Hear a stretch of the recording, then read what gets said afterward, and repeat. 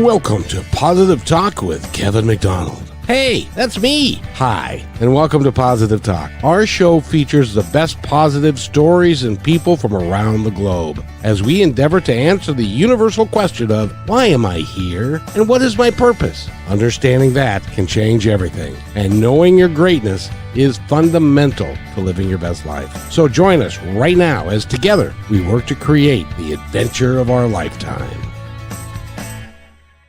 And welcome to the show, everybody. You know, I gotta tell you, there are people that I wanted to have on the show, and there are people that I must have on the show. And today we have a gal that must be on the show because of the story that she has to tell. But first, I want to welcome my co-host today. His name is John Verico. I love the Verico. Well, I wanted to make it sound like it was like a boxing match, and I was introducing you, and it sounds more like a circus act, but that's okay. Let's get ready to rumble with John Verico and stuff. So, welcome, young man. How you doing? I'm doing terrific, and you know what? It's always great when I have the opportunity to be here to co-host with you, especially when we've got guests like we have today. I tell you what, she is just phenomenal. So, I guess we might as well just bring her in right now so we can spend the maximum amount of time talking to her and about all the things that she does. So yeah, I don't want to waste a minute on this one. Yeah, her name is Teresa Greco, correct? Yes. Very good. Teresa, it is such a pleasure to meet you. To see you again. We always do a little 15-minute deal. And in your case, I think it was like 45 minutes. Yeah. That's mostly Kevin and I's fault because we belong to that support group for people who talk too much. You know, it's called On and On and On. Yeah. I love that. And we had some serious questions to ask you and about your mission and about your life and where it came from. And as it turns out, you and I have something in common. You know what that is? That we like to share positivity with the world. Okay, we have two things in common. That we like to talk about this as well. Okay, we have three things in common then. The major one is there was a point in time in my life when I was in my early 40s when I'd had the house, had the dog, had the cat, had the kids. Oh yeah, and I had the wife too. And I'd been in management for a long time, and I had made some good money, and I traveled to the United States and all that, but I wasn't particularly happy. I wasn't happy with where I was. And are you okay over there? You guys kind of went offline for a moment, so I'm just connecting myself. So I don't want that to happen. Yeah. It's important to connect yourself, and we're going to talk about that a great deal today because how you help people connect yourselves. But so when I was in my 40s, I had my midlife crisis, if that's what you even want to call it. But I had a point in time when it was like, all right, there's got to be more than this. So I went on a search for it, and I ended up here, and I ended up talking with John, and I invited him on the show, and then we got the chance to meet you. It's been a tremendous ride for me. But is that how it happened for you? Yes, it was the same thing. It was the milestone of turning 40 that had me taking a step back and reevaluating my life.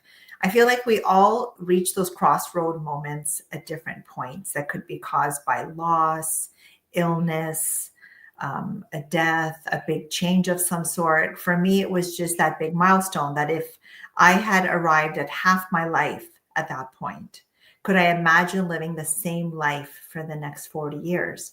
And so it was in the asking of a whole bunch of questions that I realized that I wasn't happy. And I felt like there was always something missing, and there was a void that no matter how much more I did, how much more I went to school, how much more job experience I got, how much more I tried to help people, this feeling that something missing in my life just couldn't be filled.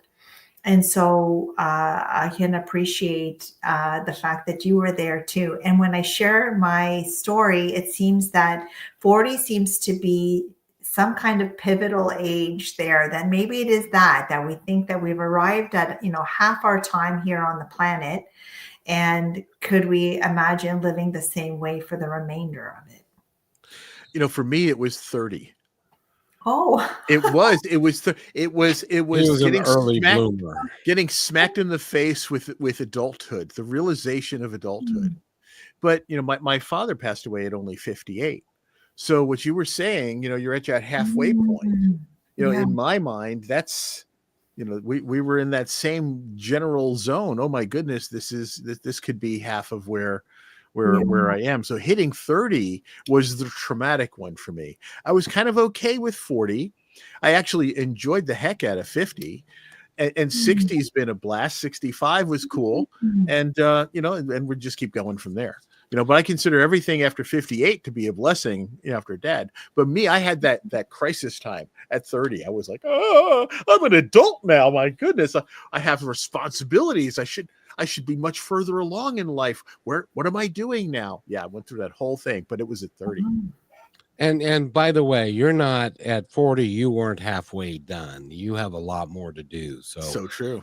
You're going to be much older than 80 before you get to go.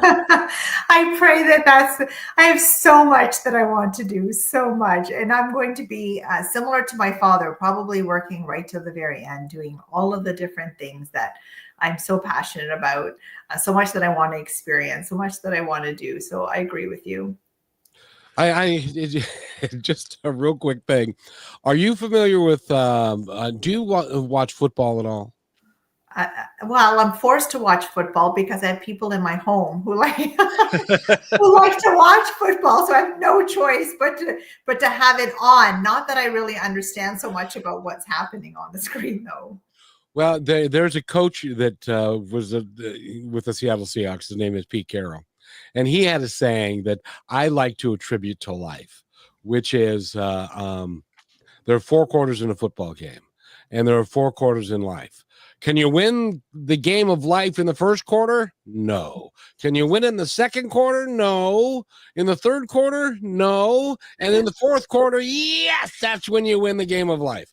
So if your first part is when you're growing up to 20, and then this is pretty profound, John. You might want to take notes. I am taking notes on this one. See, there's a pen in my hand, actually. and then the second halftime is at 40. And then you get to 60, and by the time you get to 60, you pretty much kind of got it all figured out mostly, and then you can act on everything that you need to do between then and whatever the end comes, which is either 60 or 70, 80, 90, somewhere in there. Further out. Keep further out. And so it's the fourth quarter is when it's really important. And in your case, in my case, we spent the third quarter learning our craft and figuring out how we wanted to present ourselves to people so that we could be of help to the most people. Would that be true for you?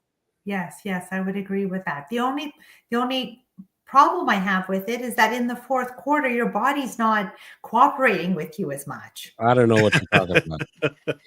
That's what I'm noticing now. I'm like, what's going on? I'm like, and if I don't do it so much I can do in the third quarter, I'm concerned about how much I want to do in the fourth one, or how much I can do in the fourth quarter.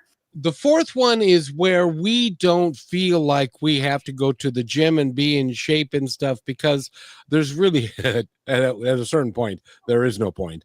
But what you can do is you can now impart your wisdom on other people and can talk to them intelligently, and because you've already been there and you've done it.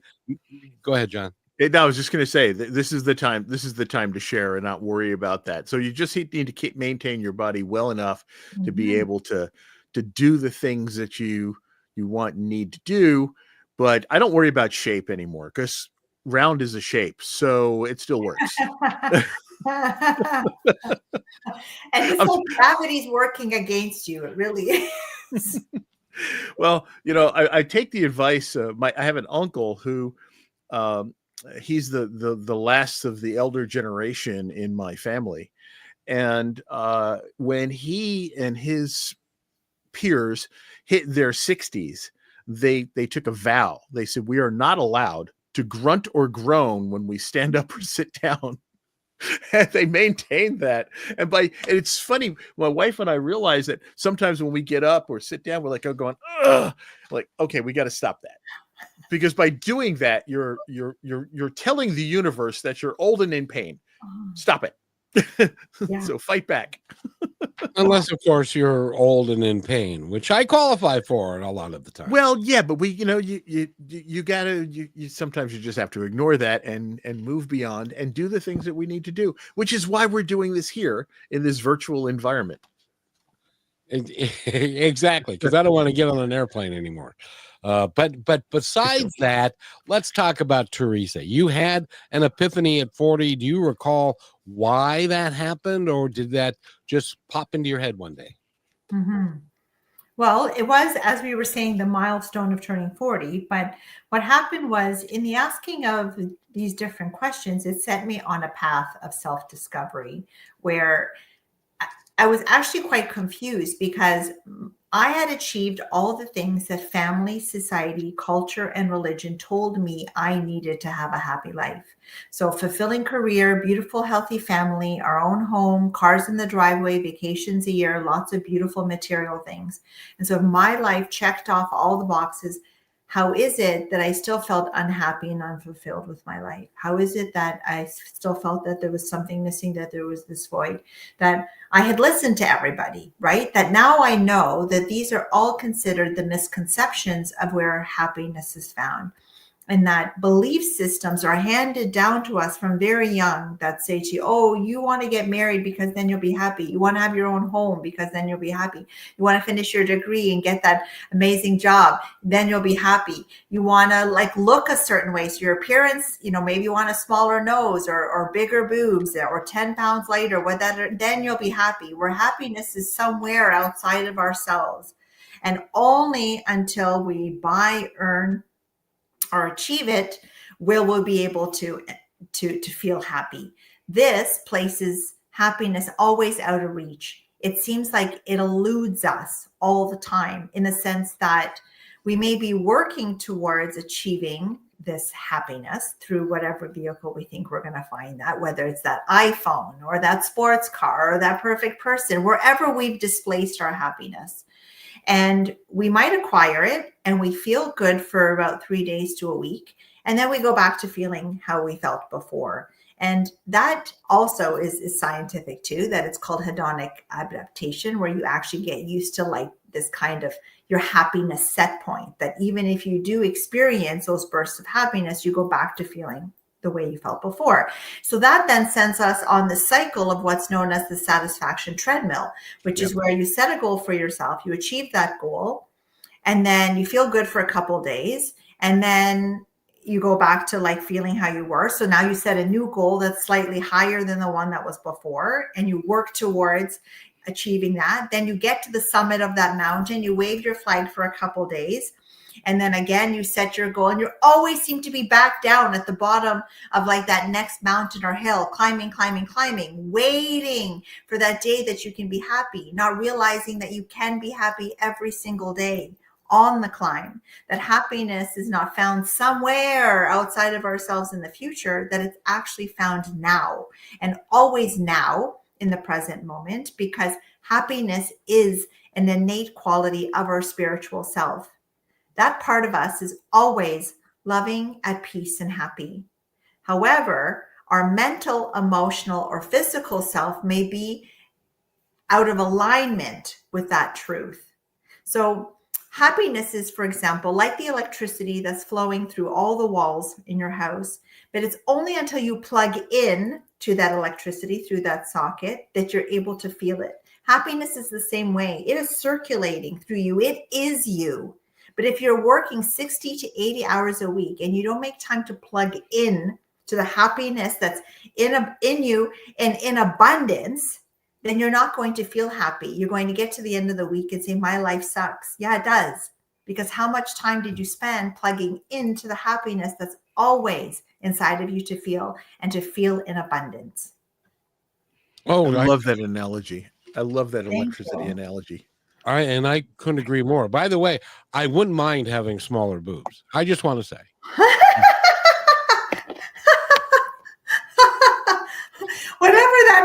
us. Wherever we think we'll be happier, if only our appearance was different. Well, and society does that to us, right? They throw these, these celebrities out there and these models and say, this is what you should look like. And, let's face it, nobody's got a waistline like Barbie, but these things are unrealistic and unachievable. And society and the marketers kind of force us to believe we're not good enough unless we have the same car as that person or the better thing or the bigger thing. And it's always our own society has taught us not to be happy and to go into this satisfaction treadmill that you pointed out. And it's funny, I just actually spoke with a group recently about this very same thing, about finding happiness in your current moment and within yourself, instead of just always reaching. Oh, I'll be happy when I get that job, when I get that car, when the kids are finally out of the house, whatever it is. Whatever it is. There's a wonderful poem that's out there. I'm going to I'll paraphrase it. But it says, at first I was dying to graduate from high school and go into college. Then I was dying to finish college and go into the workforce. And then I was dying for to get married and have children. And then I was dying for the children to be old enough for me to go back to work. And then I was dying to retire. And now I'm dying. And I realize I forgot to live.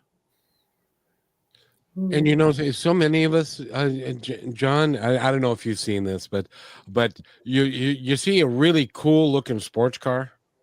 Mm-hmm. And then you sneak up. I don't know if you do this, but I look at other drivers as I'm sneaking up on them and stuff, and to see if my perception is correct. And it turns out to be a short, fat, balding guy driving this really expensive, cool car because he feels inadequate in himself, so he has to have the cool car or the trophy wife. It's envy.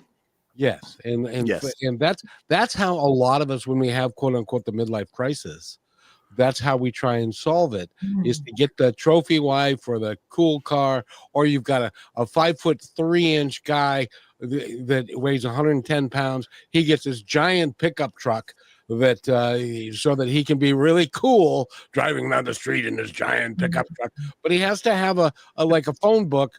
By the way, a phone book is a book that they used to make phone numbers. But it was real thick.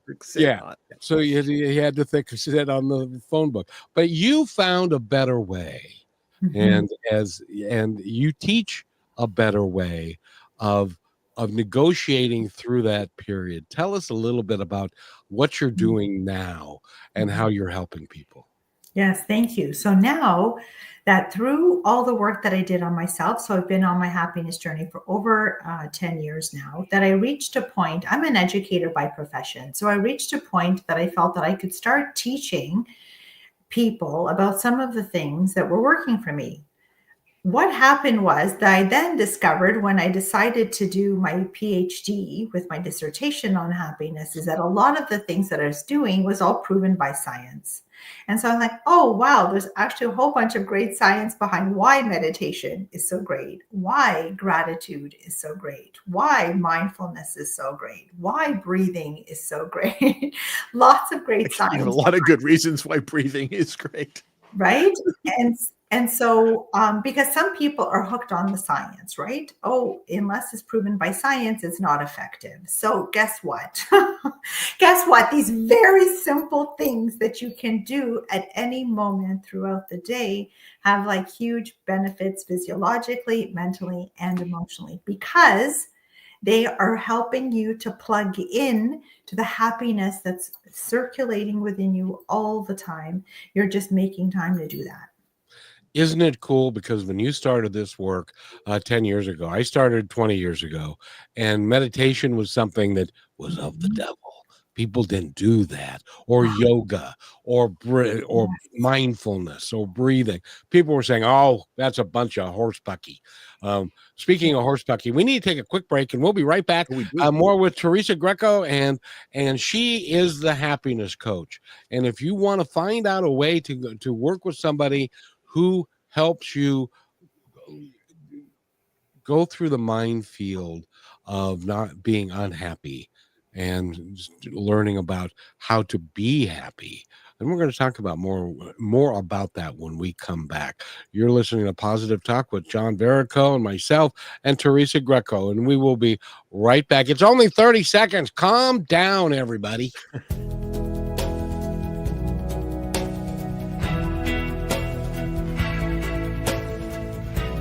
They have your eyes. They have your ears. They have your smile. Now all they need is a little more of your time. Make a difference in your child's life, because anyone can be a father. It takes time to be a dad.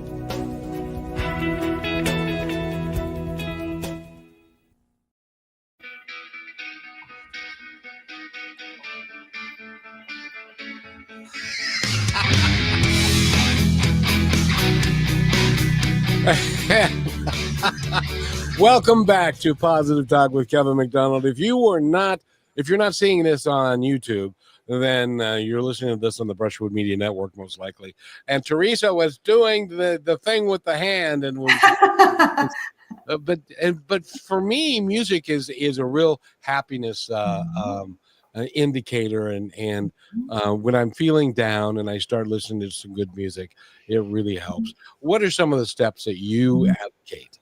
Thank you. Thank you. So I call that your happiness toolkit. So in your toolkit is where you have all the things that you can turn to that quickly help you to plug in.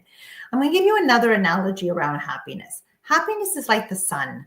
Sometimes clouds move in front of the sun, but the sun is always there. Happiness is the same. How long you decide to keep those clouds in front, that's up to you.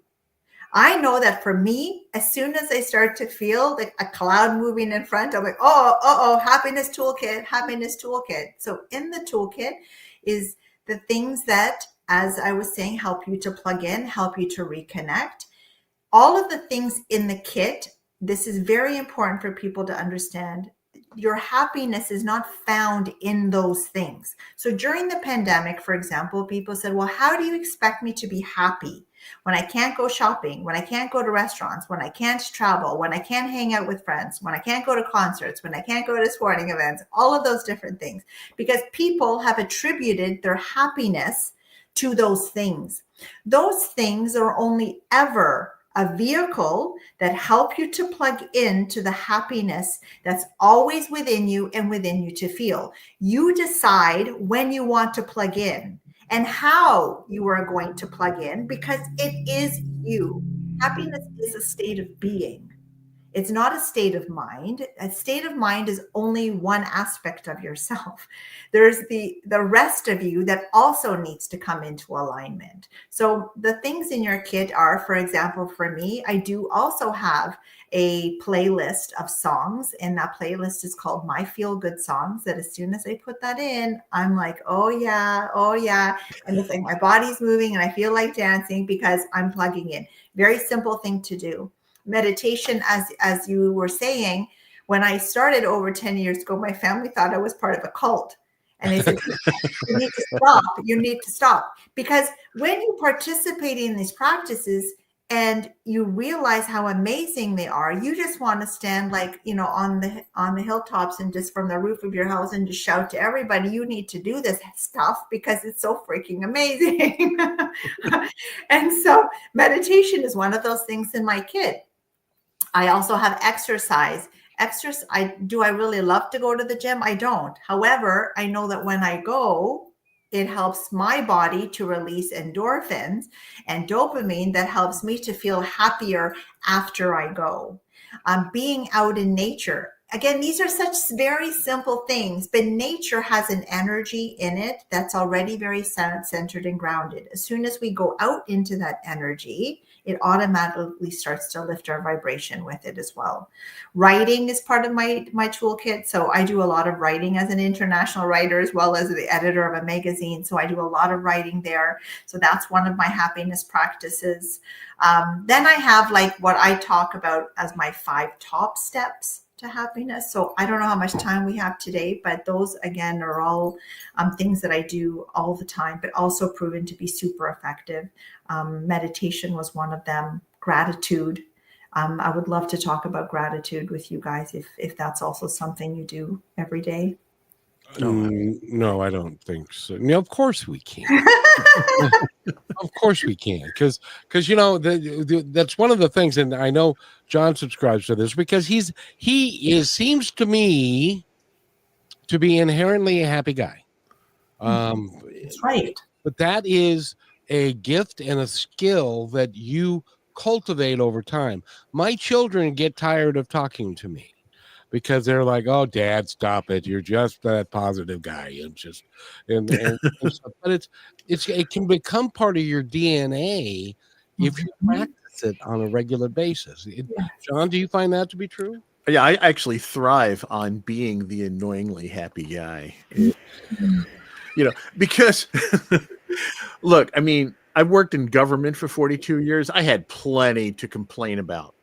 And there was always something to find fault with. Mhm. It came to me just a few years ago, that I could just let this stuff keep getting to me. Or I could just say, hey, you know what? It doesn't matter. In the big picture of things, my happiness is up to me. Mhm. And I'm not going to let other people impact that. Mhm. And so, yes, I have become the inherently happy guy because I just Mhm. refuse to let other people impact me. Now, that doesn't mean I'm not going to growl at the guy who cuts me off on the highway. Mhm. But, You're but, going to have to work on that, sir. but I'm not going to, but I don't sit and stew on it like I used to. Yeah. That would put me in a bad mood for the whole day. Yeah. Those are the clouds that I talked about. Right. And Right? then each time you encounter another potential situation that can go in either direction, you Mhm. automatically see it in the dark mode because that's that mindset that you've gotten yourself into. So now I Mhm. just push all that stuff aside and I look for the happiness and Mhm. I look for the things to laugh at. And most Mhm. importantly, I found that if I can laugh at myself, I've taken away the power of other people to laugh at me. So now they're not laughing at me, they're laughing with me. No, I think they're laughing at you. But that's besides. But you know what? That's okay because I've given them some joy. Exactly. Teresa, and I want you to talk about one of the things that a lot of us have trouble with, and that's gratitude. Oh yeah. So gratitude is, again, one of those simple things that we're so focused on looking at the negative. We're so focused at looking at what's missing in our life instead of looking at what is already here. And it is the simple things that we take for granted living in, a first world country or continent, that we have certain luxuries that people don't have in other parts of the world. And so waking up firstly is like one of those blessings every single morning that you're here, that you have another day. But then being able to get up and go to the washroom and have clean water that comes out of your faucet that you can wash yourself with, and that you have clothes to put on, and a car that's working, or your computer that's working, or a coffee maker that's working. There's like so many things that we rely on every day that if they weren't working would cause a whole bunch of frustration. So why aren't we grateful for when things are just working? That our lights are working, that the heat is working, that our fridge is working, that we have food in our fridge, that we have, it's being aware of all the different things that you interact with all day long. And when they are cooperative and they're available, those are all blessings, because you're not, there's no clouds interfering with that, right? When you have no traffic on the road, when you're dealing with pleasant people during the day, when you get that parking spot near the door, like it's honestly on and on and on. But we have what they call a negativity bias, which is where we actually think to the negative 80% of the time. So it is important to train ourselves, as John has said, to train ourselves to look to the positive. And the more that you do that, then it becomes your new default. The default is not the negativity. The reason why we have a negativity bias is because from a survival standpoint, that negativity technically is supposed to help you to avoid situations that could be hurtful for you. right? So no, you don't want to do that because those, you hurt yourself the last time. No, people laughed at you the last time. Oh no, you lost money the last time. All these different things that if you pay attention to them, actually stop you from living the life that you came here to live, the happy life that you came here to live, if you continue to focus on the negative. The law of attraction also then helps you to attract more of that, which is what John said, that you tend to bring more of that stuff into your reality. So you have to be very consciously aware of what you're attracting.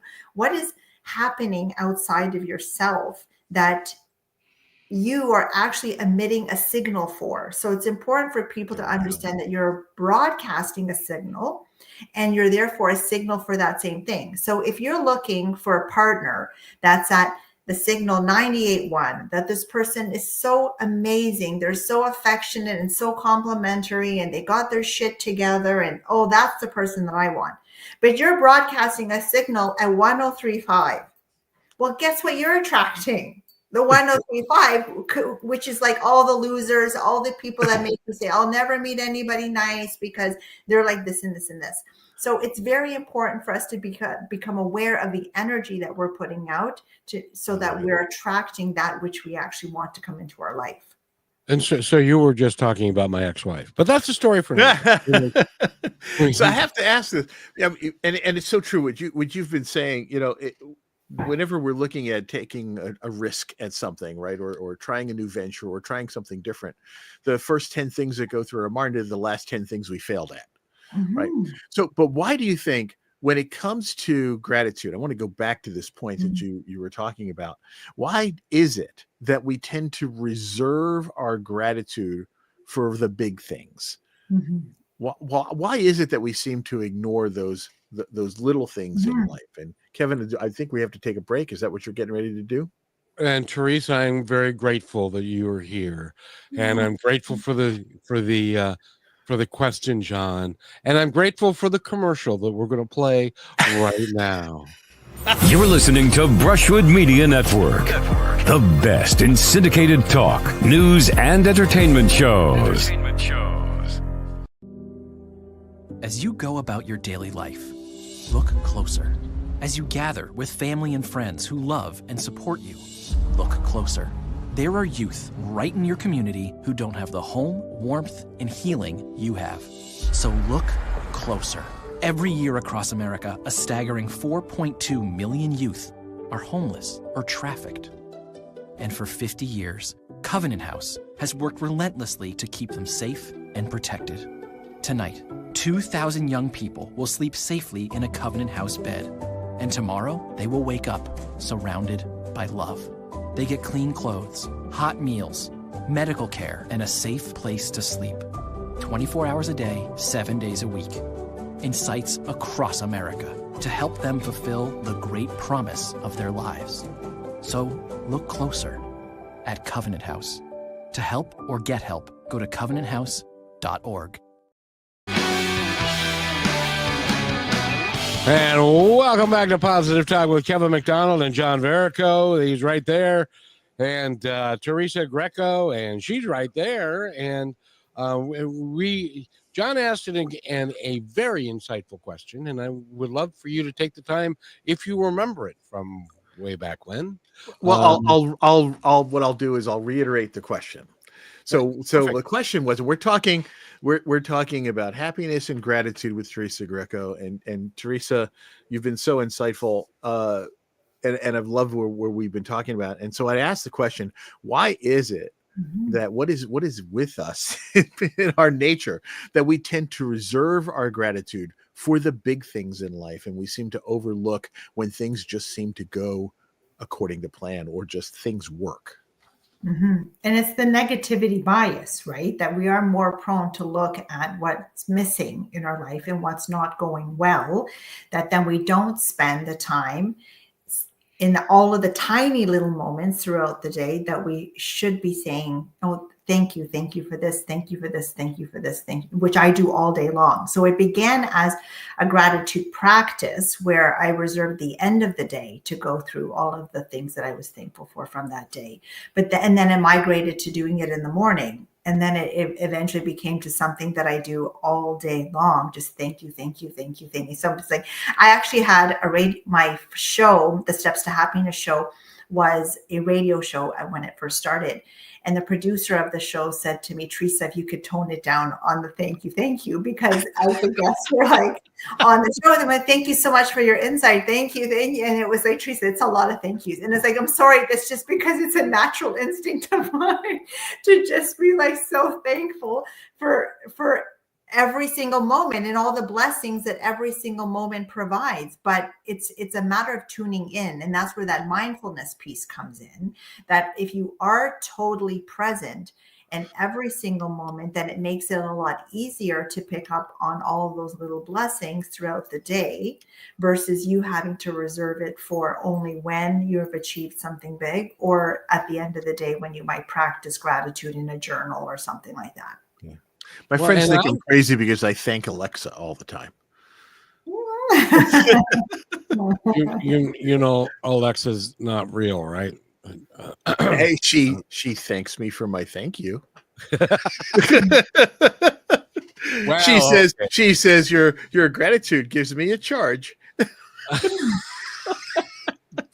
she does not really. Yes, she does. Try thanking her, see what happens. I don't have stray females in my house that I can talk to. I don't have We it. didn't. A friend gave us one. We finally got into the modern world and got one. Oh, very good. And by the way, Teresa, you are also you are you still doing the radio show? Yes, so it then migrated to internet TV. So the shows have 3 seasons on that platform, which is called Soulivity TV. So it's on there, so on soulivity.com, and then also on YouTube. Also on my YouTube channel, you'll find all of the different seasons of my show on there too, which is at Teresa Greco _ Steps to Happiness. Say that just a little slower. So on my YouTube channel, you can find it.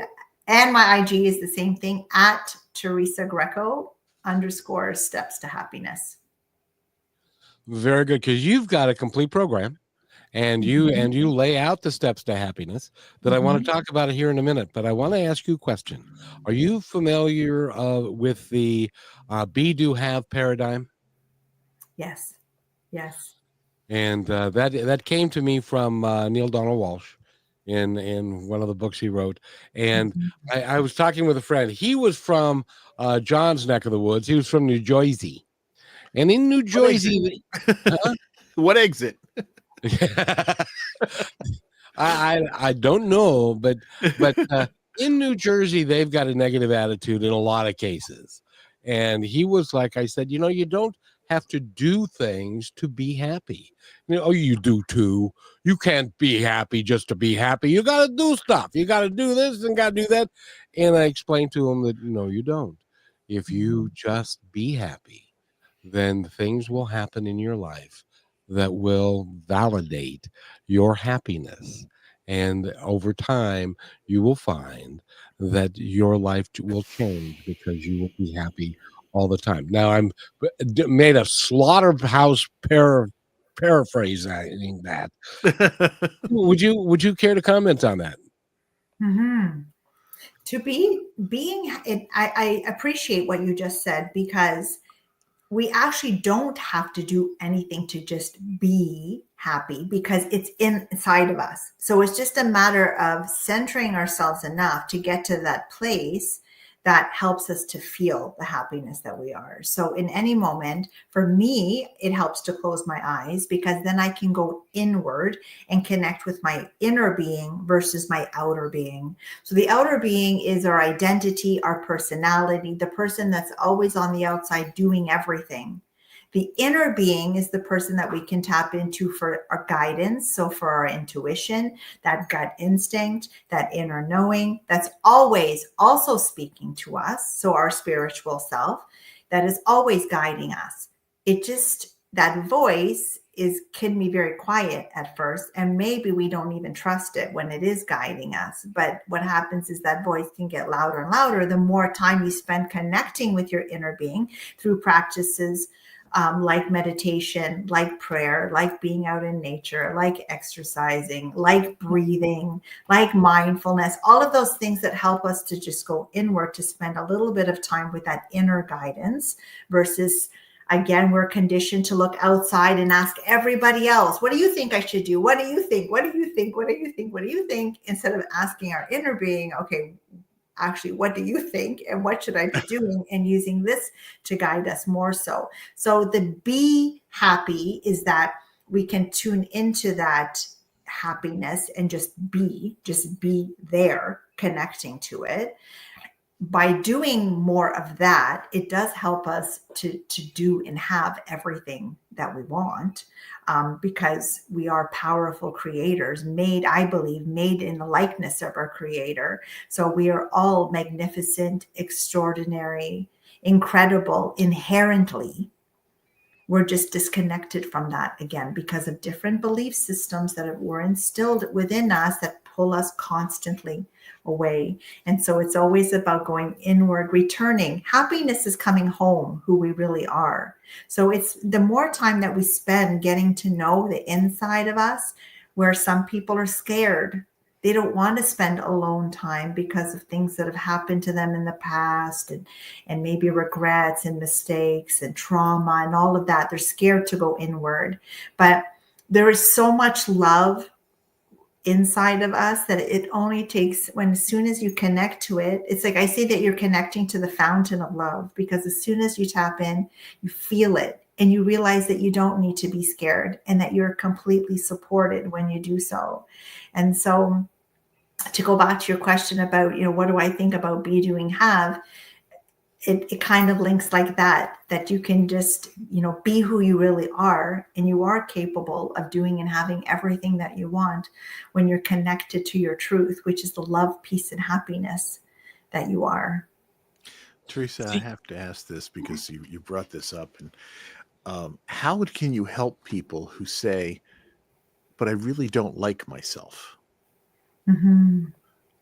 Because you keep telling, you have to love yourself. How do you help people who are having that hard time trying to love themselves because they don't like who they are or who they've let themselves become?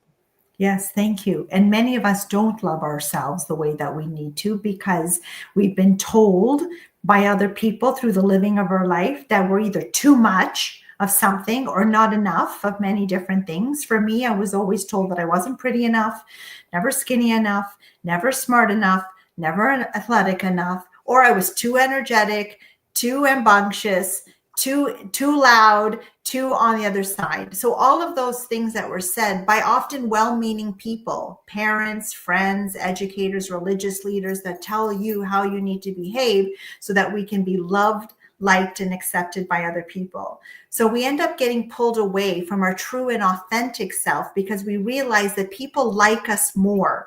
People love us more when we behave the way they want us to behave, whether that's our parents, whether that's our friends, whether that's our teachers, whether it's our colleagues, whether it's whoever it is. They like us more if we act the way that they want to, pulling us further and further away from our true and authentic self. And that, in my case, again, part of my story of turning 40 was that I lost myself in the living of my life. That how does somebody get to 40 years old and not know who she really is? Because my life was so much time spent wearing masks, trying to be the perfect mom, perfect daughter, perfect friend, perfect employee, perfect whoever I needed to be, that I didn't even know who I was anymore. And so, of course, we're not liking ourselves when we're not living as our truth.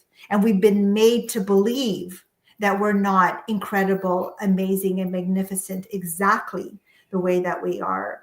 And so loving ourselves means that we go inward to connect to the love that energetically we are.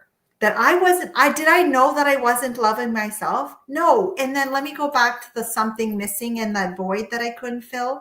That was my true and authentic self.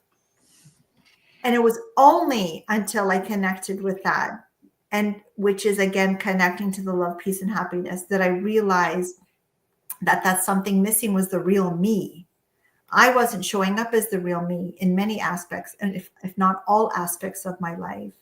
And so when we go inward and we connect to the place of love that's inside of us, and we realize we don't have to be scared to do so, but it's actually like plugging in and filling us up with the love that we're not getting on the outside. And the more we tap into it, the more we feel it. And the more we feel it, we then become aware of all the ways that we're not loving ourselves on the inside, but perhaps on the outside too.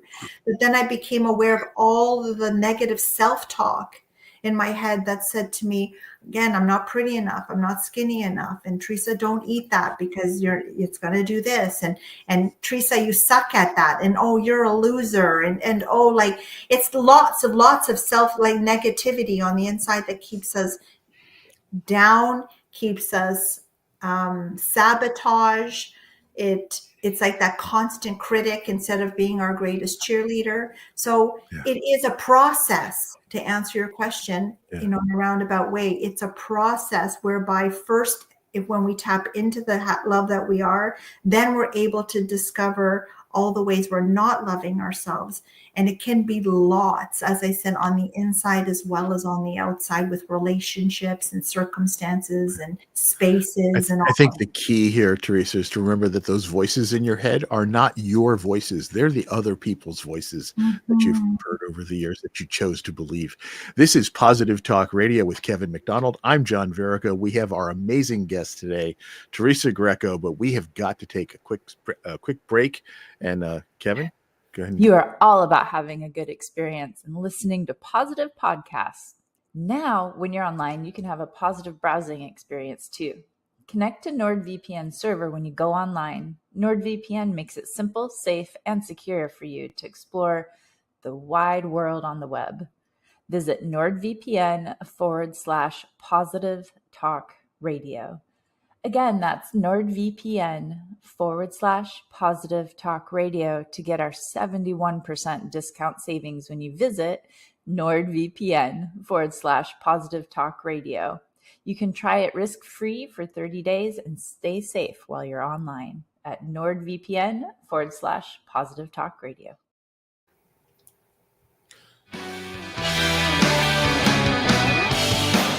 I need to fire the producer. Anyway,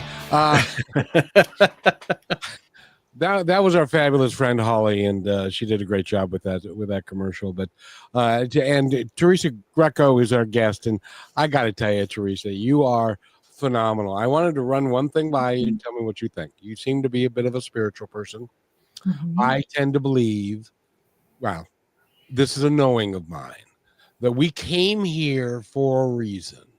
And we came here for, in some cases, a bunch of reasons.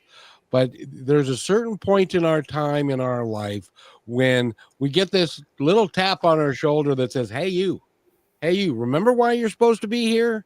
Remember what you're supposed to do? And let us help you. Let us help you with that. And so they do, if you ask them to come into your life, they will help you. The other thing I wanted to say real quick is this is important stuff. If you are a parent, I want you to rethink what you say to your children, how you say this to your children, because it has it can impact them for their entire life. And so be positive with them. Even if they make a mistake, we all make mistakes, kids make a mistake, treat them like they are something special. And then maybe they'll get out of that it's almost like that ring around the toilet, it's always going down and down and down, and you don't want your kids to deal with that. You had to deal with it as you were growing up, not Teresa, but the folks that are listening. End the cycle. You have the ability. Is that a good thing to say, Teresa? Yes, absolutely. That the external voice of adults becomes the internal voice of a child, and it plays on repeat and creates old tapes that once you become aware of those tapes, that it takes then it can, and we've been working on it for years, rewriting those and reprogramming and rewiring my brain with the new belief systems. And your brain is just like a computer program. Whatever you put into it is what it spits out later. And so when you recognize that It's like the old computers, they say garbage in, garbage out. yes, that's exactly what it is. Yes. And so we do have to be careful of what negativity, since we're talking about positive talk radio, what negativity we may be sharing with them, because it becomes part of that computer program that by the time you are the age of 35 is so set in stone, and you're living your life on autopilot with habits that you're just going through life, getting up, eating, going to work, coming home, eating, sleeping, and doing the same thing over and over and over again. It could be so traumatic, the damage. And unfortunately, in Pennsylvania, just last year, there was an 11-year-old boy in school who was, you couldn't give him a compliment. You couldn't say, hey, you did really well on that test, good job or whatever, because he would say, no, I'm a piece of shit. Oh. And he got that. Where did he get that from? He got that from obviously his parents and stuff. And unfortunately, he took his life at the age of 11. And so the damage that we can cause with our words is something that we need to be completely aware of. The thing is that, we talk about doing this with children, right? Be careful what you say and how, and the way you talk. But you know what? We can do that with other adults too. We can help them repair that damage by being nice, by being compassionate, by understanding, by complimenting people just for almost no reason, just to give them a compliment.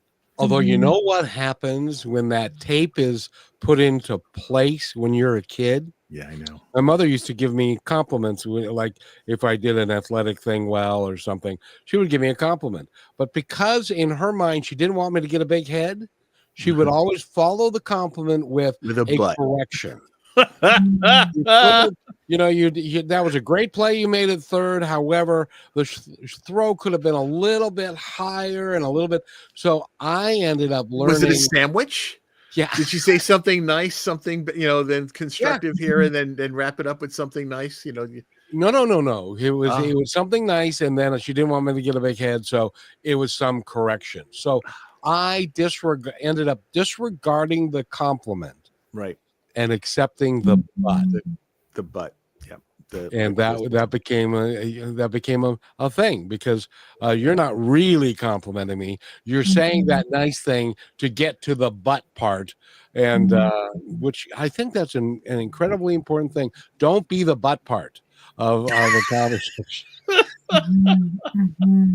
And I'm an educator by profession and a parent too. So like this all hits very close to home and to my heart, because of the fact that I work with students that have special needs too. And in particular, they have, various disabilities, but with that, they often have low self-confidence, low self-esteem, and little self-love. And so I end up as a life coach pouring very much into them that I feel like, so I do technology training with them, that the technology was just an excuse that happened to bring us together so that I could pour so much love into them. And as parents, just to go back to what you were saying, is that know that the world is more apt to shit on us and tell us how we're not measuring up and how we're not doing it right and how we're always messing up or coming up short, all of that as parents, the words that mean the most are theirs.